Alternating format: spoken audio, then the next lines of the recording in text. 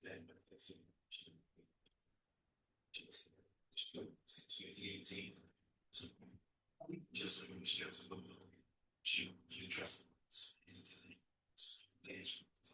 evening, everyone. Hi, Hatham. Good evening. Good evening, and welcome to the PMI UAE, and welcome to the another interesting webinar hosted by PMI UAE Chapter.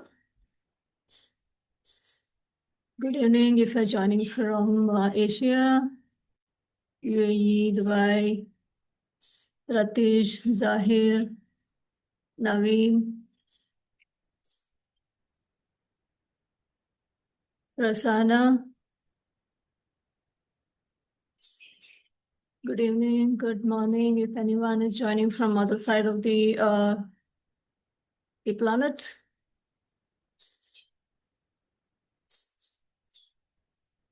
Good evening, Shashidhar, Ronaldo, Ibrahim. We will just wait for another 1 more minute so that we will have at least a bit more of the attendees can join in on time before we start the actual webinar. Good evening, Dawood, Ruba, Amina.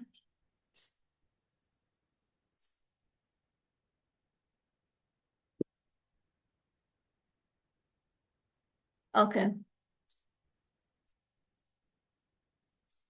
Good evening, Lakshman, Yaman, Panvel, Heba.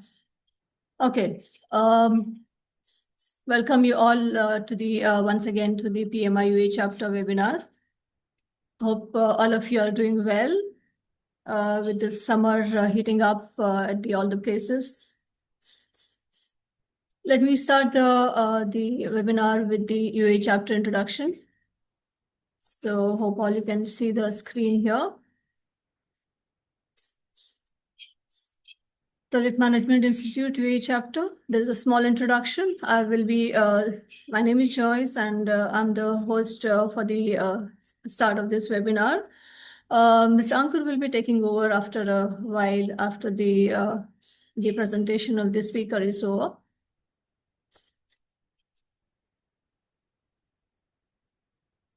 PMI, as many of you would already know, it's founded by the group of project managers in 1969. And about 50 years later, PMI now is the source and resource for all things in project management. And it's one of the largest professional associations in the world. It offers training, accreditations, and communities for the people to collaborate and grow together. UAE chapter, as you know, the vision, empower and influence individuals with the innovative project economy principles to turn ideas into a reality. UAE chapter mission to disrupt and create value-driven opportunities to our chapter members and partners to become agile, innovative, productive in the platform for the growth of project economy. As you would already know, our PMI UAE chapter is run by 100% volunteers. It has over 6,000 active chapter members, and it is one of the top 5 chapters in the EMEA region. This focus on the leading industries and trends, serving UAE's aspiring community of project managers, certification holders, and it also delivers the networking opportunities to the members and the non-members as well.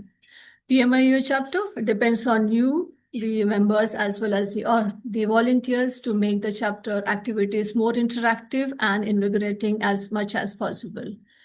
PMI UAE chapter is led by Dr. Amina Abdul Rahim and supported by the board of director Jamna Abdul Salim, Nikki, Hakim, Abu Bakr, Nida, and Joel. Membership benefits. as you, some of you already having these benefits already, networking, you can get the networking opportunities, collaborations with universities, industry chapters, learning and knowledge sharing. This is one of the platform that we are having, the webinars, as well as the in-person meetings and the conferences that we have. Career growth program for the young professionals as well as for the senior professionals. Of course, the PMI certification preparation programs also are offered in association with the chapter. Events which are tailored to the requirements of the UAE chapter members and the industries considered at large. Another initiative which is run by the PMI UAE chapter is the member spotlight, where the members can provide their own articles and their achievements are also published on the PMI UAE chapter network. You can follow PMI UAE chapter in the various social media, on the LinkedIn, on the Insta, Facebook, as well as the YouTube.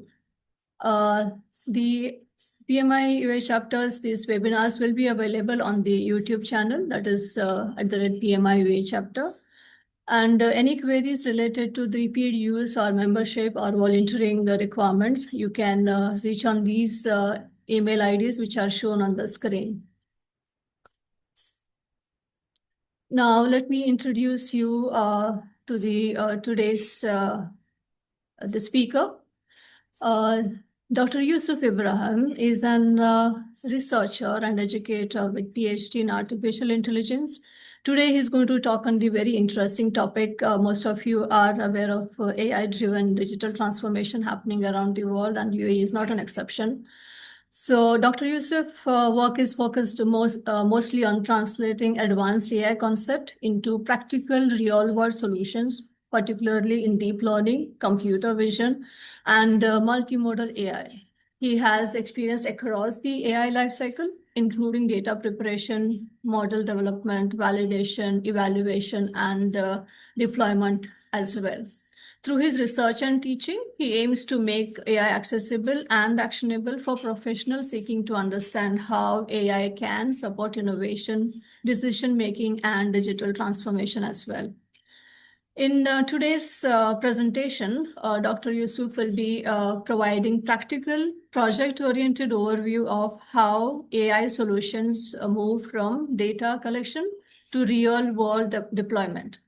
Using medical imaging as an illustrative case study, the session will explain the key stages of an AI project lifecycle, including problem definition, data collection and cleaning, curation, model development, validation, testing, as well as continuous improvement.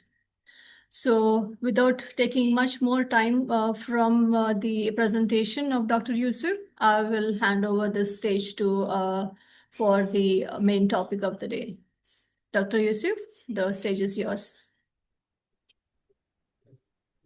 Okay, thank you so much for the introduction. I'm so happy to be with you today. Let me share my screen.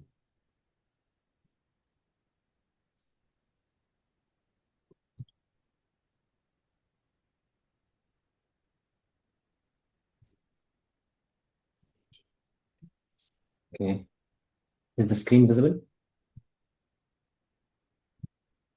Yes. You can maximize it fully. Now it's maximized or not? Not. Yeah. Right? Okay. Yes. So good evening, everyone. Thank you, PMI UAE Chapter, for the invitation. Today, I will be discussing an AI-driven digital transformation from a project management perspective. So today is not a teaching coding session, or it's not a deep learning architecture session. So the goal of today is to understand the full life cycle of an AI initiative, starting from the problem until we reach deployment and how we keep continuing monitoring and improving the model that we deployed. Okay, so don't worry about the medical imaging part if it's not relevant to your area of expertise, but we'll just use it as an example. So in each stage, I don't use random examples. I will be just following one big scenario so that we can all focus on the same scenario. Okay. So actually, this is a kind of a realistic roadmap for all project managers and professionals. So it will be structured as a full AI project journey from the beginning till the end. So first, we'll explain why the AI projects are different from any IT projects and the life cycle, starting from having the data till we are deploying. We'll be using a medical imaging case study, as I mentioned, to describe each and every phase of the development. And then we'll talk a little bit about data governance and data and governance and quality. We'll understand the difference between the training, validation, and testing. And we'll see what is monitoring and how it's done and how it helps to keep improving our model. So the core message here is that the success is not just having a very powerful and impressive model on its own, but it's having a whole system or a whole pipeline or a workflow working in harmony all together, and each block is done in the correct way. Okay, so as we all know that AI is moving from experimentation. Now it's not an AI. AI is not now a research topic anymore, or it's not only a research topic. I mean, it is more of that all organizations are trying to integrate it into their workflows, services, programs, products, and decisions. So that makes it an actual project management topic because we need to know how to deal with it and is it right to integrate it in our systems or not. So we need to know how to successfully deliver uh, which is more than just a high performing model. It's not about just having a very powerful model and don't know how to integrate it in my system. So as a project management or a manager, you need to translate actually this opportunity into controlled execution, to see the opportunity and to see the problem and to see how to supervise the whole thing. Okay. And the biggest risks will be discussed also. So you need to know the risks so that you can plan ahead.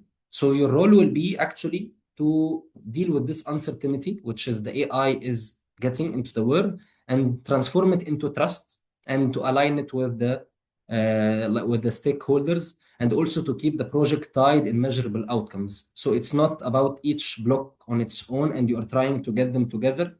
So just to say that we are using AI and that's it. Okay.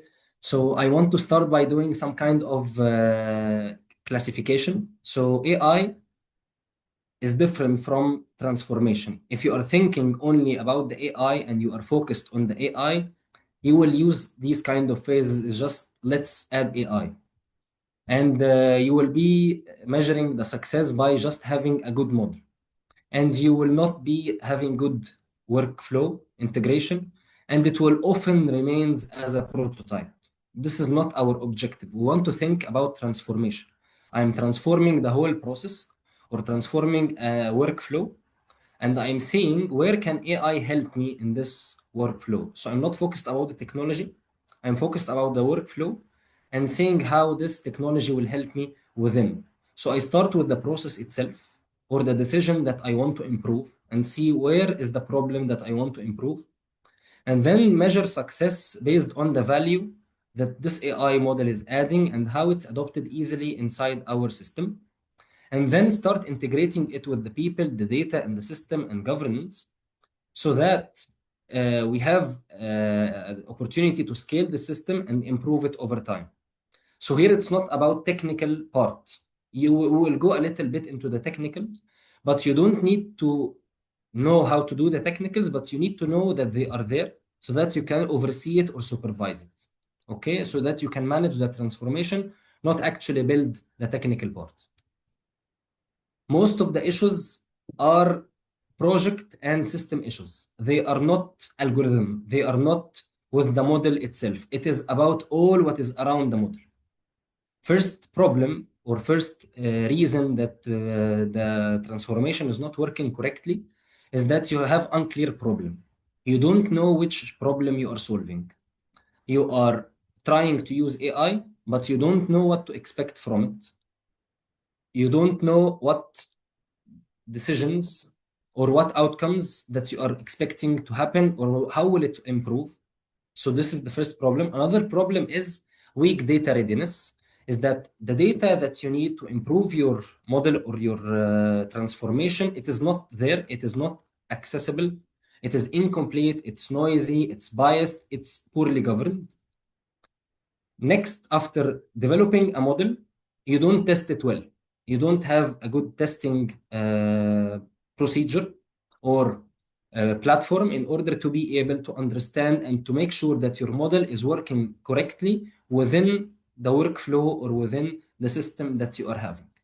Okay, and that the users are able to use it in the right way. The last one is the deployment gap. Also, the prototype is not integrated into the workflow and the operations correctly. So I have a very good model. It's giving me very good predictions or very good recommendations or very good outcome, but actually I don't know how to use it in the right way. I'm not able to put it as a block inside my system. So this is the main problem, that you need to plan for these risks ahead of time. As you can see, I did not mention at all that the model is bad. All of the problems or the struggles are away from the model itself. It's how the model is being used and what model are you doing in the first place. So this is kind of a practical roadmap from having an idea till you have responsible operation. So the life cycle will go through this presentation is the one that we have with these 7 stages.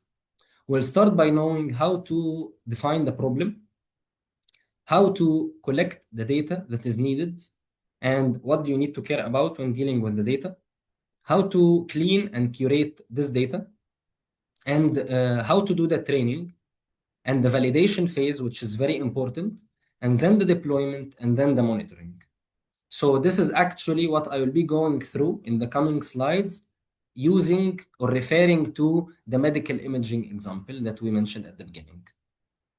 So first of all, you need to know that we have multiple entities doing the transformation. It's not only you as a project manager here in yellow, and it's not only the AI team, which are the experts or the AI engineers or the data engineers or whatever people that are only aware of the technical or algorithm side.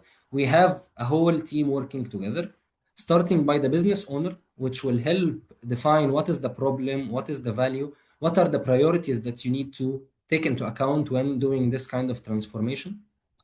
Also, some domain experts to let us know about the context itself and the labels and the safety that we need to take into account when dealing with AI.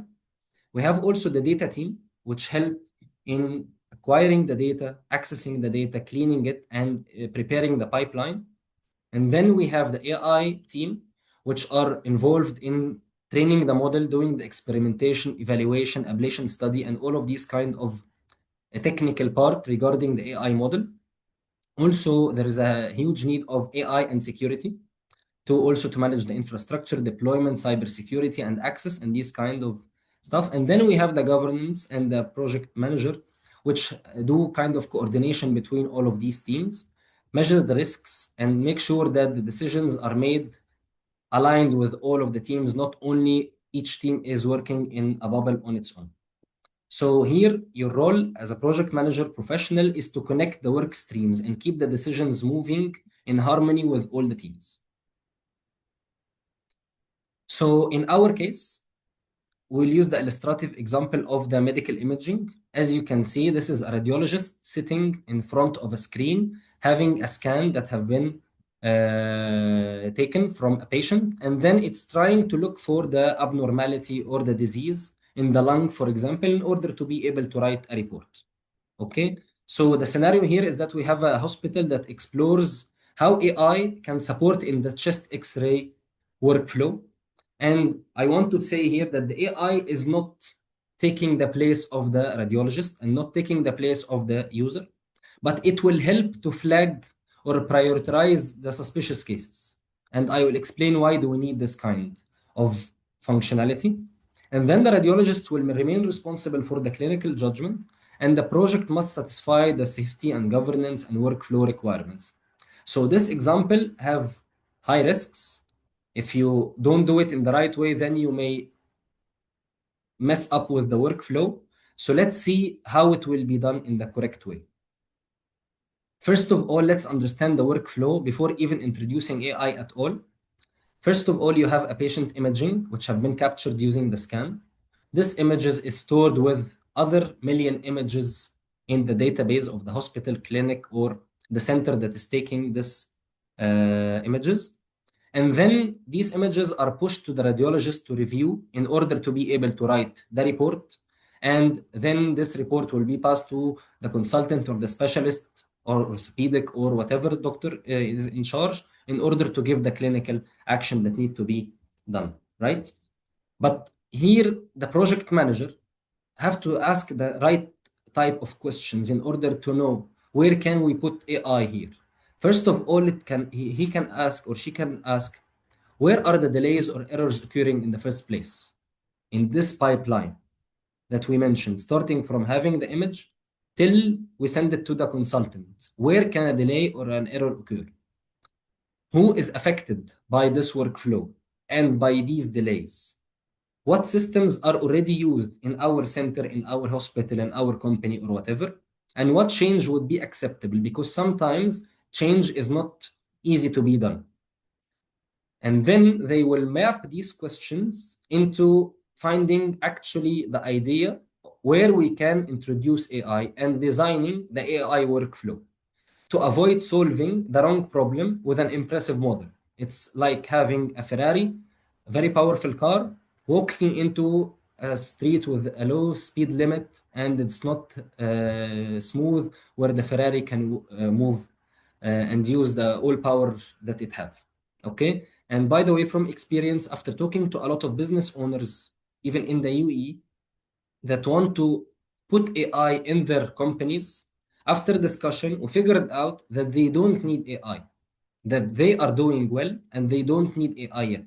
So it's not just moving everything on AI, it's seeing whether AI in our workflow, how it will help, and then implement it in the right way. Okay? Let's start by the stage number one, which is the problem definition. Usually, you will find people using the first weak problem definition, which is we want to use AI for chest X-ray, which is a very vague, too broad. You cannot see where it's actually helping. But a stronger problem definition, after understanding the problem and looking back to this workflow, we figure out, as I mentioned, that we have a lot of patients doing ray, X-rays, or MRIs, or CT, or whatever imaging. And here we have millions of images being stored, waiting for the radiologist to be able to review. So there is always a bottleneck over here. I have a lot of images, and I have few amount of reviewers or radiologists in order to write the reports. So we figured out that maybe we need here to prioritize the images that will go to the radiologist are the ones that have suspicious or problematic X-rays more than the normal ones. So that if there is something that is important that need to be diagnosed quickly, to be diagnosed first. This is the model that we will be assuming today, that we have a lot of images over here and we want to prioritize. So we'll put an AI model over here in the middle so that we know which ones to send first to the radiologist. Another person from the attendees may say, no, I want to put an AI here. I want to put it here. It's fine. You can put it wherever you want. But first, you need to find the need or the problem of your business to see where exactly you need to plug in the AI model. So here we are trying to define the problem. Which workflow are we improving? Are we actually improving the report writing? No. We are improving the flow of the images from the storage to the radiologist. Which decision will the AI support? Which images to go first? Who is the primary user? The radiologist himself, because he will be the one opening the system to see which one he should review next. What is out of scope? For example, here, writing the report. Writing the report is not in our scope at all. Now we want to define how we say that this model is successful. When, which metric to use, and we'll go to the metrics in a while. And what level of performance is acceptable, because we all know that AI models have some kind of performance metrics. So when is what is the threshold that we say, okay, we are ready to deploy or we are not ready to deploy? What risks are acceptable and what are unacceptable? When you see, you say, okay, no, we will hold, we will not launch yet. Who approves that we go or not go? All of this is the part of the problem definition. It's we still did not touch the model at all. We don't know anything about the data yet. We don't know anything about anything yet. We are just saying in the workflow, the existing one, where we will be plugging our AI model. After defining the problem, now we move to the other important or very important part, which is the data collection. Data collection is very important, and most of the time, this is the one that is like underestimated. We usually say, okay, we have a lot of data, we don't need to worry about the data. But the problem is that you need to understand your data really well so that you know in the next stage of the data curation or data cleaning, what do you need to do before pushing the data to the model. Okay? So in our case, usually the data is images, medical images, and sometimes we have some reports that have been reported to these images, and also some kind of labels, which is the name of the disease that is included in this image. So here I have a report that have full description of the image, but sometimes for one image we have only one label. For example, this patient have cancer, this patient have edema, this patient have any kind of disease. It will be labeled as only one word. Also, we may have some kind of metadata.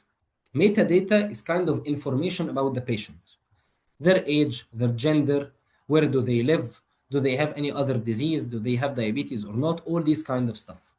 So all of these data is linked to the images. But we need to ask a series of questions that we'll be asking, like who owns the data? Is it the data owned by our company or by another company that we need to request this data from? Also, how will we access this data, or how will this access be approved, and how long will time be needed, or how much time will be needed in order to acquire the approval? What format the data is being used that we have, because sometimes the format is the problem, as we will see. Also, how much data is enough for a pilot? So how much data that we need to collect first so that we can start training our model, and we say, okay, we have a pilot model that we can start with and see how it will help, how it will perform. Okay? Another risks that you need to manage when you come to deal with the data. Data access delays are very expected. Missing labels, missing report, missing data in any type is very expected. So not representative sample. Sometimes the data that you have does not represent all the data that you may see when you deploy your model. For example, a basic example here, you have a lot of data of X-rays and MRIs and so on for patients that don't have cancer at all. So when you have a new patient coming tomorrow, when you deploy the model with cancer, maybe the model is not aware, or it is not able to represent the new disease that they did not see before. So you need to make sure that you know this assumption, or you know this kind of um, flow in your model, that it's not representative to all types of disease that may come. Okay. Another thing is the privacy and the consent limitations, because in order to use the data of some patients, you may need to take their consent and their approval to be able to use it. Okay. Here I'm coming again to privacy. You need to make sure that you define the permitted use of data, because you may be only confined when you take approval to use another company's data to use it in a specific job, not in any other jobs. Remove and protect sensitive identifiers. So if there is in the data like social security number, passport number, these kind of information that can link back to one of the patients, in our case, you need to remove it. In other applications, you need to see what are the sensitive identifier, maybe the address, maybe their phone number, maybe this kind of information. You need to remove it first before feeding the data into the model. Also control the access to the data sets and the systems. Not everyone in the company will be able to access the data sets. Okay. Documentation for the data sets and all the approvals that you have been getting, and plan for auditability, and also accountability, because whenever you want to deploy your model, anyone can come and ask you about these kind of approvals and these kind of documentations in case that the data is not yours. Okay? So no data can move into development without clear approval and ownership. So you need to be very careful while dealing with the data. After having the problem, which is stage number one, very well defined in our minds, also we have gathered the data that we need and we got the approvals. Now we need to move to the data cleaning, because usually there is a lot of issues that you need to deal with when coming to treat the data. First of all, format issues. In case of images, you have different sizes, different formats, different resolutions, different acquisition settings. In terms of not all the scans or the machines that take the scanners are the same. They don't have all the same power, all of this. The quality of the images that are coming are different. Also, there is quality of the data itself, because some of the data you may find it corrupted, you might find it duplicated. And of course, all of you can relate to your everyday life problems that any Excel sheet that you get, maybe there are missing cells that you don't know what are they. Some unreadable data like characters that you don't expect, or question marks that you don't expect, or empty spaces, you don't know what should be in here. And sometimes the files are even corrupted. Okay, so don't depend that we have the data so you'll get it and run it right away. You need to go into the quality and see what the quality of the data. From the label issues, which is very common, is that you have missing, inconsistent, and noisy or weak labels. Noisy and weak here can be used interchangeably, because sometimes you have labels, but they are not very accurate. So it's very generic. For example, let's say it's abnormal, but you don't know what kind of disease it's classified as abnormal, for example, okay? And then the privacy issues is the identifier that we said we need to remove or protect before using maybe encryption or whatever, so that the model does not have access to these kind of data. So actually cleaning here is not an extra work. It protects the reliability of everything that follows. So anything that we'll do after this stage will be depending on the quality of this stage. So if you do data cleaning in the right way, all what follows will be very nice. If you don't do it in the right way, you don't know what will come next. And when you don't get good results, you will not know what is the reason you are not getting good results. And maybe it will be always in the data cleaning part. Okay. So also another thing that you need to care about is the annotation and labeling, because it takes a lot of time. Sometimes you may have a lot of images, but you need to label them and write the reports before even pushing them to the model. So it's part of the data curation.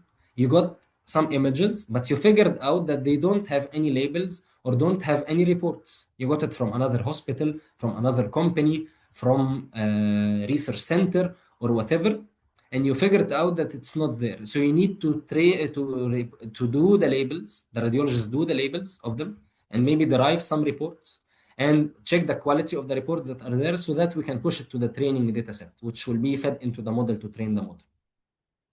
So what project managers planning consideration they need to take into account? How much expert time is needed, because labeling takes a lot of time and experts are very expensive. So the time and money that will be needed to have the data ready. Is double review required or not? Because it happened to me before that I did a scan and I figured out that the radiologist write the wrong report. So now we have to go to another radiologist or to the consultant to check whether the report is done correctly or not. So maybe this also need double review requirement, right? If we are doing it with a very serious type of disease, we want to check that the radiologist report is accurate. How will you handle disagreements as a project manager? You need to assign to the data team the way that they need to handle the disagreements. And maybe you need to facilitate another expert or another system to help them fix the problem of disagreement when you have two different opinions on the same image or the same scan. What label definitions are used? Because it's not always a convention. You will figure out that different data sets have different conventions. You will always have these constraints that labeling may be noisy, that you have experts may disagree. This will happen. Annotation is very costly in terms of time and also money. and the scope may need to start smaller. So you don't have a very big scope. You start with a smaller scope and then you start increasing it. Then comes a very important phase to have the data sets ready to be pushed into the model. So we started by having the problem definition, and then moving to data collection. And now we are finalizing the data curation by preparing the data to be pushed to the model right away. But we figure out that we need to divide our data into 3 and sometimes 4 different data sets. We have the training data set, the validation data set, and the testing data set. Let's focus on those 3 for now. The training data set will be the data set fed into the model in order for the model to learn from it how to predict what it's expecting to predict. So for example, if I will be feeding an image of different disease and I'm expecting to get a label like whether I have edema or cancer or whatever, so the training set will be a set of images along with the label corresponding to this image. Okay, and this will be the set going to the model so that the model learn from it how to generalize and how to be able to predict the name and the label of the disease from the scan. Okay, this is the training data set over here. Now let's move to the validation data set. The validation data set is the data set used through training in the same time of the training in order to fine tune or to tune our choices for the model. As you know, we don't have only one AI model in the whole world. We have a lot of models. Which one to choose? Which parameters to have? Whether I will use a very big model or a small model? Which architecture? Because we have different architectures. So this validation set helps us to know how the model is performing while being trained on different types of models so that you can pick or adjust the best model that you can get. So this validation is type of we are testing how a model is learning well the training data set by checking it on the validation data set on different type of models. Okay? And then we move to the testing set, which is after finishing all the training for the model, now you can do a final check on the test set. I will give it in a very simple example.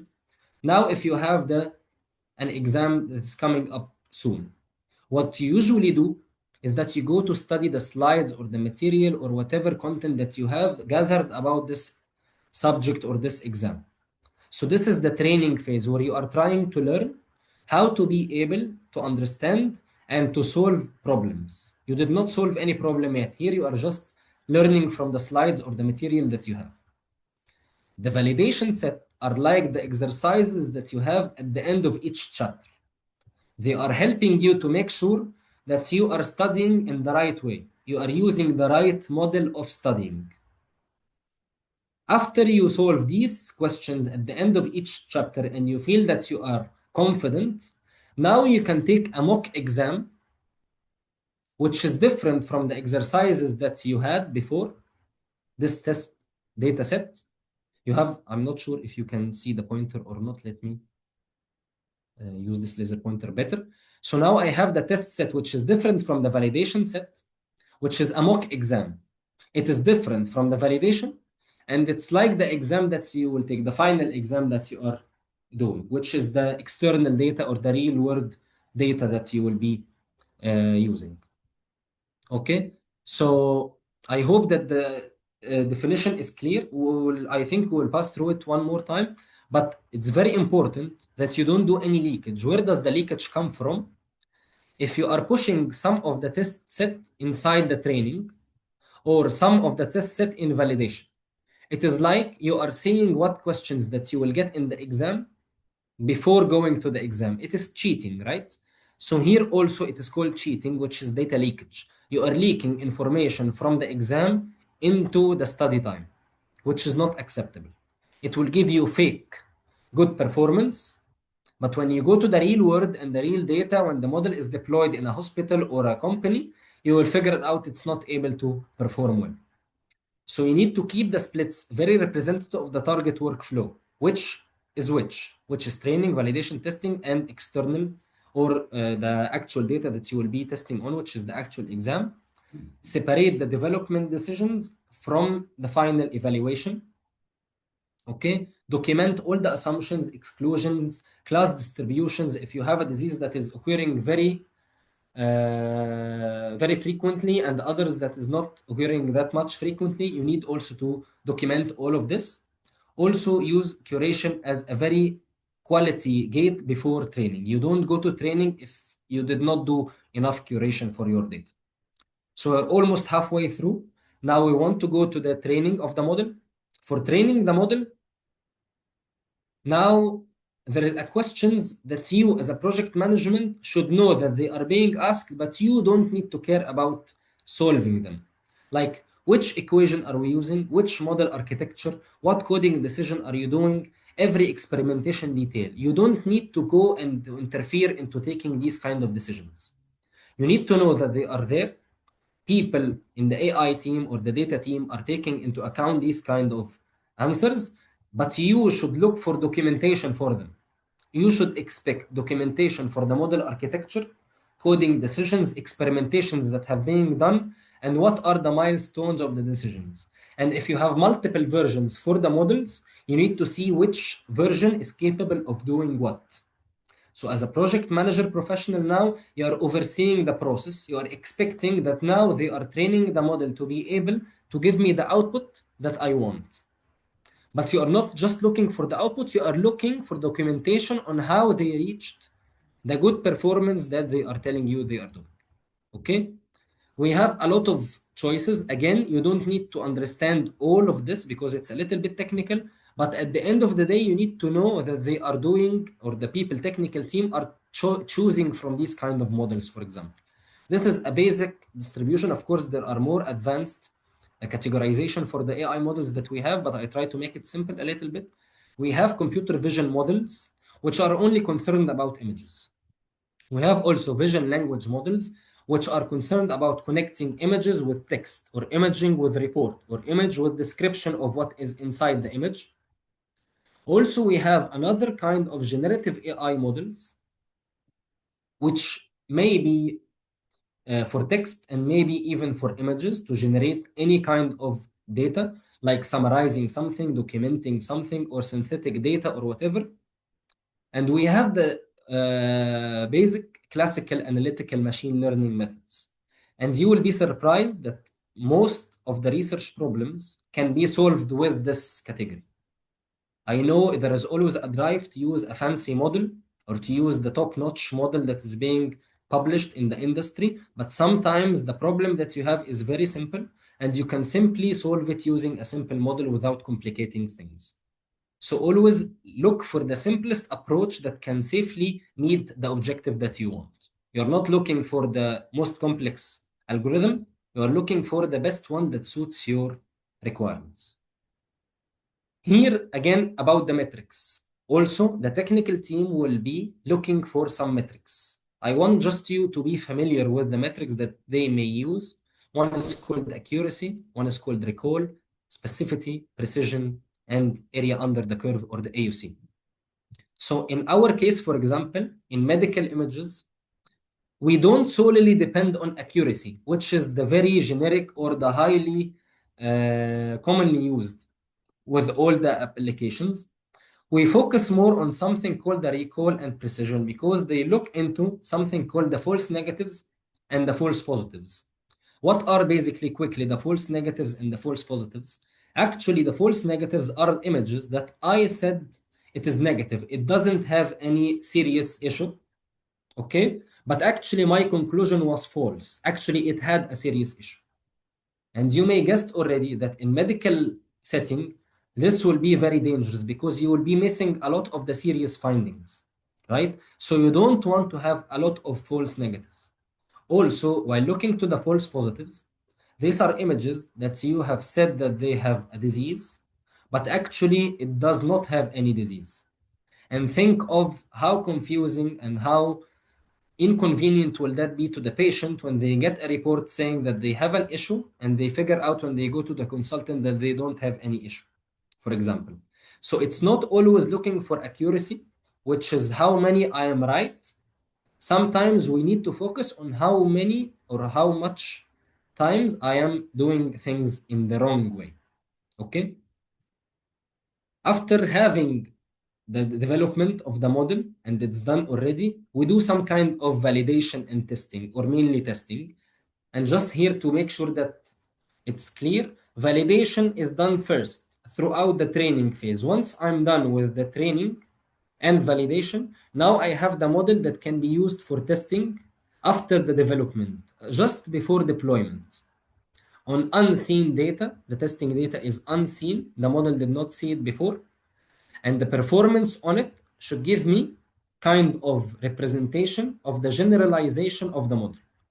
Okay, so if the model is performing very well on the training data but very bad on the testing, now the model is like kind of memorized the questions that came after the units that they studied, but is unable to solve actual questions when they come in the exam. Okay, so you don't want the model to memorize, you want the model to be able to understand the patterns in the data in the training so that it can generalize easily on the testing data. Okay, so validation here helps the team make decisions in the development phase. Testing should be as independent as possible. So the data in the testing should not be from the data in the validation, it should be totally independent. And then the external testing that will come on the fly is very good to have it if it's available after or before deployment. So if you have information, if you can do some kind of pilot, like the actual data is being passed to the radiologist right away and give it to your model in the same time, which is the external testing data, it would be very good first before deploying the model. And both stages should be done in the development before the development ends and before deployment. Again, I want to remind you that we may have some risks. What are the risks of the AI project? We may have risks in the data itself. Data may be biased. You may do some kind of leakage if you did not do data collection and data curation properly. You may have poor coverage of the all the classes or all the scenarios that your model may see. And also you may have some privacy gaps if you did not do privacy in the correct way. Also, you have some kind of model risk if the model itself is giving you the wrong predictions or poor generalization, as we mentioned, that it's memorizing the training data but not generalizing well on the testing. And the model is unstable. Like sometimes it give you very good results and sometimes it give you very poor results, and you don't know why this is happening. And some operational risks, like it is disrupting your workflow. It is unclear who is owning what decisions are getting from the AI and what from the users and so on. And some governance risks like weak accountability, missing approvals, or unclear audit. So it's very good for you as a project manager is to have this kind of tool, like an AI risk register, where you have all the owners, the triggers, the mitigations, the escalation rules, and everything, where you can know exactly what can fail.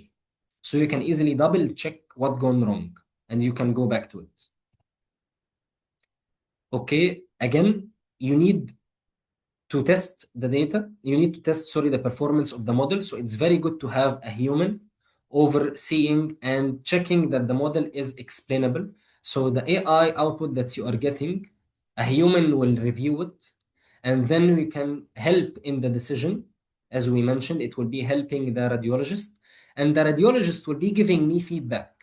This feedback will help me to improve the model, right?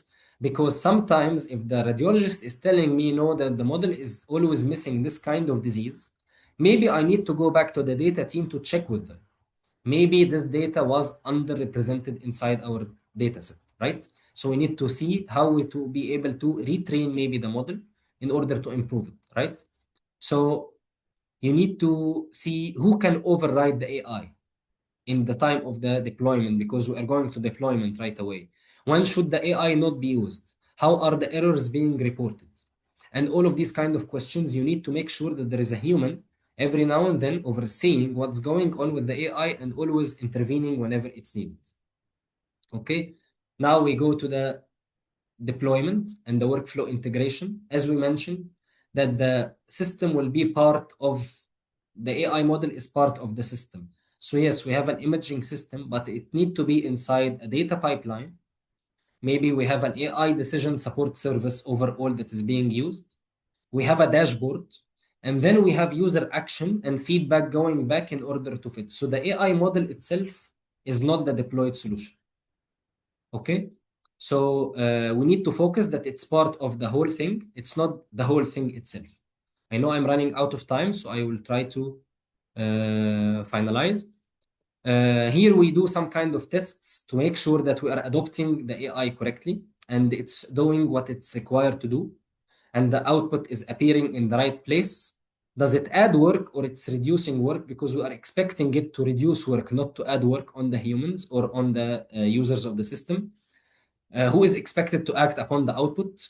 How will the feedback be captured? And all of this need to be captured. Okay. This is a very important one. Always you will find resistance from users when you try to introduce a new AI tool or a new AI platform. Okay. So you need to plan this change from the beginning. So it's not a sentence at the end of your presentation when you are introducing the new platform to the people who will be using it that, okay, you will be using the system in that way.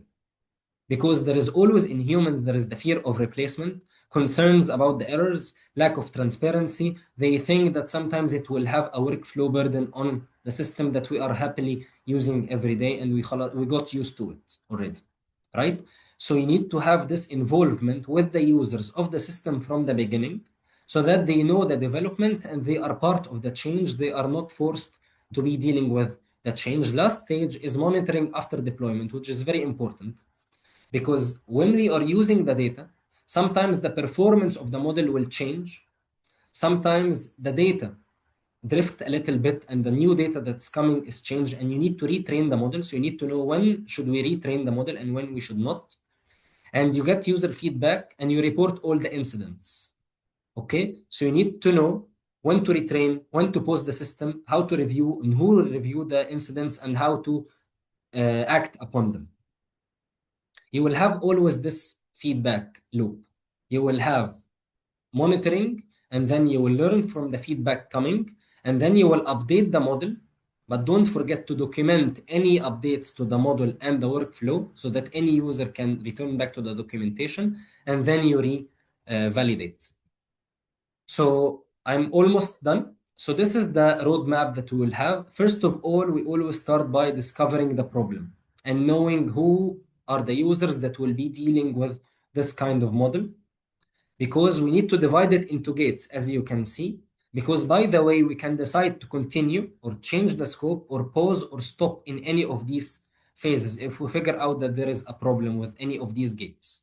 So after knowing the problem, we go to the data, we assess the data, we check the feasibility, and then we have a prototype or a baseline model that we can start by testing, and we validate the risks and the performance of this pilot model. If it's ready, we deploy it, and we see how it will be adopted and fit inside our workflow, and we keep on monitoring to improve the value of the model.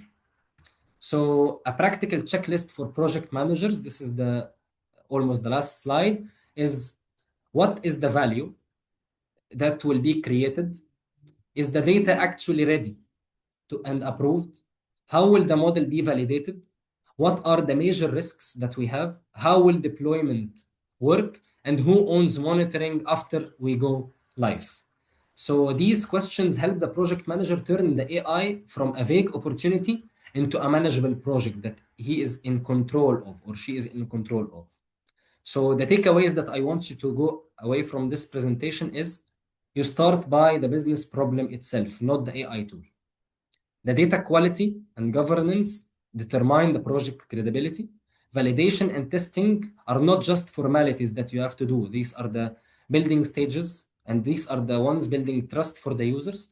And then deployment requires workflow integration and change management. And then that AI value is realized only when people can use it safely and effectively, not just by having a powerful model that you have. And like a quick statistic that I want you to know, that in this world, like there is a statistic saying that only people trust 6% of the available AI agents and model that we have. I'm done with today's presentation. I would be happy to listen to your questions. And also, maybe some of you have a question of maybe if I don't have a data or I don't know how to deal with it, is there any shortcut? Actually, there is. Maybe this as another topic for another day if you are interested in this kind of topic. If we have lack of data or we don't have data ready, maybe there are some shortcuts using what we call foundation models and different techniques in learning where we can do a shortcut for the data part and we move right away to the testing and the deployment. If you are interested, we can arrange with the organizers another session for this. But for my side, I'm done and I would be happy to listen to your questions. Thank you, Dr. Youssef. It's indeed a pleasure. In fact, whatever you have shared here, my name is Anchal. Of course, I was not in the initial part when you launched yourself today. But yeah, I'm here for definitely to take up the questions from the audience. And as a PMI team member and volunteer, I've been listening keenly to your content. And what made it make me unique is that the way you presented the case study, okay, and then way you position your the particular use case into the flow of AI. I think that was commendable. And definitely, I would like to bring the questions which audience also like to get much more intrigued about your presentation. Uh, there are two questions which I am able to get it at the moment in Q&A section. But one of the things what the person who's asking us from the audience, who's this? Let me just read. Is Raul? I believe Raul has been asking. Yeah, Raul. So Raul is looking for the which any specific methodology of project management do you recommend for AI-driven transformational project? Is it a hybrid better, agile better, or what? What's working well in the industry so far? Actually, this is depending on the a problem and depending on the data that you have and depending on the hierarchy that you have in your company and in your system. So I cannot give one go-to way or architecture that you can use.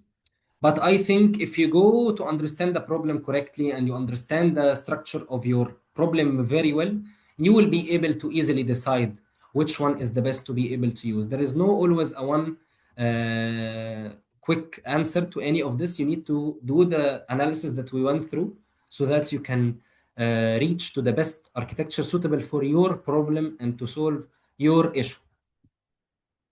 Sure. Another one is that from Anupam. Anupam is looking for one particular question around risk, since you mentioned about risk management as well. Yes. So in the medical area, right, in the medical industry, we have a lot of things which are changing now, and with the AI, the data collection, curation, that stage is very important and crucial for the medical field, and the operational errors which can get introduced during the medical imaging, the swapping can happen, patients mislabeling the data can happen. These kind of risks can happen during the curation state itself when you're trying to train the data.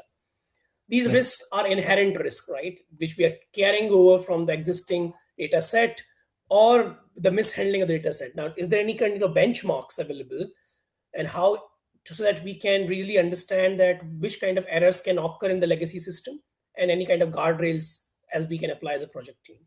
Yes, okay. So there are always benchmark data sets that are available. So for whatever problem that you are dealing with, I mentioned a lot like fracture, if it's an X-ray. So fractures have very popular data sets that are available. Cancer have its own data sets that are publicly available. And in Mhm. research papers, we have benchmarks for each kind of application. So it depends on which model that you are using. If you are using a general one, you will Mhm. need to find multiple benchmarks to be able to make sure that you are covering all the requirements that this kind of images will have. But it's better if you are having a scoped approach or a scoped problem to go to the benchmarks of the type of data that you are using. It's always there whenever you will go to all the well-known, I don't want to mention exact names, but all to the well-known databases that we have for the medical images. You will always find the popular data sets, and in the papers that are using it, you will always find the benchmarks. So you can easily find the benchmark to compare, and even the flow of data curation, you may find it published. Maybe it's to find the one suitable for your problem exactly. Okay, thank you. That's very informative about it. And similar one is that any accuracy standard is available for the industry, since you mentioned about accuracy. Uh, as I mentioned, sometimes we don't go with accuracy on its own, because accuracy is a little bit misleading, because it's telling you how many times you did it right. But sometimes, especially in segmentation, or especially in this kind where most of the image is background, it's not actually the payload or the region of interest that you want. So you may get easily 90% of accuracy, but you missed actually the correct region. So it depends also in each application or each problem, whether you're doing classification, or you are doing segmentation, or tracking, or whatever kind of, or generation maybe. So based on that, you will need to look for the best metric in order so that you can compare in the correct way. So there is no universal thing. It's always to look for the research, what are the people comparing with, and you will figure out the best suitable one for your problem. I hope I answered the Sure, sure. That was in fact a question informed. from the audience itself there. Yeah. I'm seeing a lot of questions now started flowing around, Doctor, over there. I'm just trying to pick and choose the ones which are really, without being biased about them, is So just something which can really benefit a lot of audience there. Uh, One which comes out is very much pertinent about the industry resistance and the kind of challenges which I think very common yes. across the use cases. Okay, so beside user resistance, beside change management, beside data readiness, uh, what is the real resistant pillar in your experience in the industry? What are the those things which you have come across beside these? Actually, no, from the resistance that I saw, it's always people are afraid that AI will take their jobs. I think this is the fear of everyone, even maybe a lot of people in this session, because we are always afraid that maybe an AI can do our jobs, or even they figure out while using the tools that are available nowadays, that they are doing a lot of things that we used to do quickly and in an accurate way, right? Sure. So this is always, I think, the fear. And that's why I mentioned it's nice to involve the users of the system in your team in the process from the beginning, so that you give them the assurance that no, don't worry, we are not excluding your job. As I mentioned, we are just seeing which images that will go to the radiologist in order to, so we are just playing with the priority.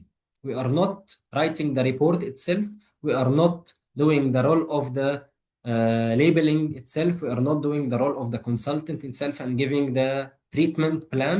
We are just looking in the priority, so that they are know exactly what the AI will be doing and how will they be contributing in the development of the AI model.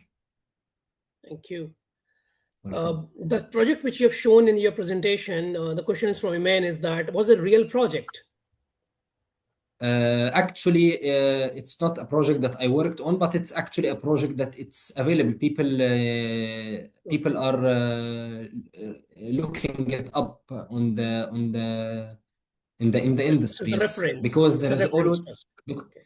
Sorry. It was a reference project, means Yes, for us. exactly. But the problem is existing because many of us, God forbid, have gone to do a scan, and they always have this kind of, okay, the scan is here, but you need to wait 2 days for the report, right? It's Yeah. always there.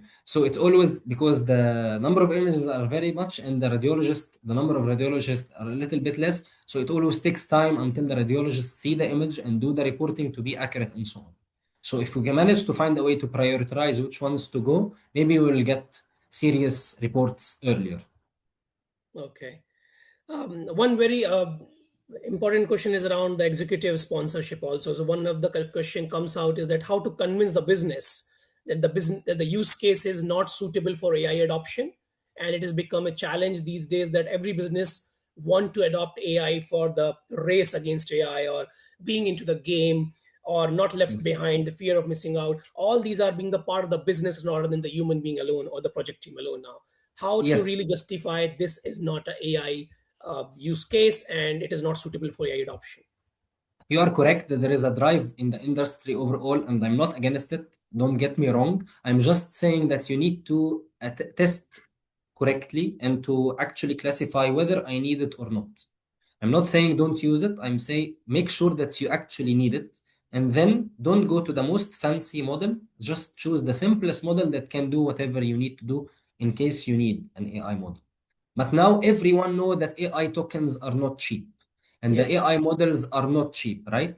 So it can Yeah. be easily proven from a financial point of view or from a financial perspective that paying all of this money while not improving and not making the job faster or not making the quality higher, then it's not justified.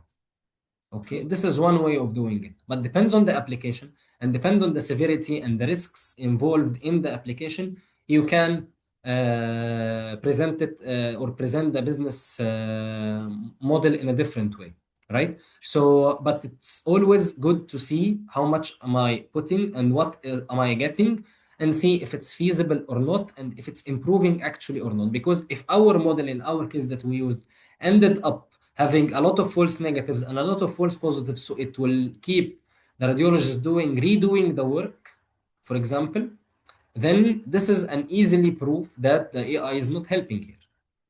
Yeah. Or The maybe last you are question I using would, or sorry. maybe we are using the wrong model. Maybe it's needed, but we are using the wrong model, or we did wrong Mhm. data curation. So it's always nice to have a good documentation of the assumptions Mhm. that you have. How did you do data curation? What model did you choose? And then kind of analysis. And this will help you in this, the technical team, all the evaluation that have been done, ablation studies, and all of this, so that you can have Mhm. a good justification or good judgment on whether you can include AI or not and why. Okay. The Sorry for last question I would like to take, Dr. Yusuf, is the from Rama, is that what governance framework do you recommend for deciding that when an AI model should be retrained, updated, or temporarily withdrawn from the production? Oh, this is a very big topic. This is kind of how did you decide your objectives in the first place? So, in our case, for example, if I ended up getting comments every day from the radiologist that you are giving me very easy and you are missing all the serious, then this is an alert or this is a flag where you can or you need to interfere and maybe retrain the model, maybe look to the data, maybe you stopped or the data that's coming, the new data that's coming, happens some Okay. kind of shift. We call it a shift or a drift in the data. Data is different from what you have trained your model. So now your Yes. model is not helping. So you need to retrain. So it's always from the monitoring and the feedback. You need to check it against what was the plan in the first place. If it's shifting or if there is a problem happening, then now you need to intervene and to solve it. If you know the solution, go ahead and do it. If you don't know, of course, you need to pause until you figure out what's the problem. You cannot keep a model that is misbehaving until you fix it. You need to stop it from misbehaving and then you introduce the batch. Thank you. That's really nice, Doctor. You have shared a bit of big spectrum about that how the AI use cases are something that's just not being done for the sake of being into the flow of industry related pattern, but you have to start with the problem, understanding the data, readiness, even the retraining the part. It is giving ROI or not. Again, when to shut down this kind of project is also a very important decision, because I've seen the people have taken it off as a pilot, and in the enthusiasm they have taken it to the enterprise versions, and later on they understood that, you know what, it's too late for us to go back now. Now we have made promises, we have invested, now we have to continue this hardship journey. So this is also an important area of being very much cautious about understanding that when you go from pilot to really enterprise version, okay, to get the full-fledged rollouts, you have to understand that the risks are not going to be same, and the what kind of guardrails we need to bring it from the reverse gear is also equally important at what point of time from the checkpoint. I think that Exactly. was fantastic, Dr. Yusuf, and I really I enjoyed your session, your content, your responses, and I believe that equally the audience would have done so. So as I conclude this session today, I would like to thank you to you, and a big thanks to every participant who has joined us from the globe, and then the volunteers who make these webinars possible here. Special recognition to the teams from the membership, volunteer, finance, and from marketing who are doing the great job at the behind the scene to make this chapter insights to reach the global standards and the global community like all of us now. Now, remember that we are bringing all these topics one by one in line throughout the year for making this as a kind of importance of leadership, and then how the project management is just not execution of a particular duties as a task, but also inspire people and navigating the complexity while leaving the legacy of our impact as a project managers. So I think with my chapter friends, Amir and the rest of the team, this is Anshul Chaube wishing you a continued success. Thank you, Dr. Yusuf, and the rest of the audience, and inspiration for your projects to continue on. Until next time, we keep leading with the purpose, keep inspiring your teams, and then continue to raise your bar for your project excellence worldwide. Thank you so much, and have a lovely night ahead. Thank you, guys. Thank you so much. It has been a pleasure being with you today. Thank you. Thank you, Doctor. Looking forward for the next time. Thank you. Absolutely.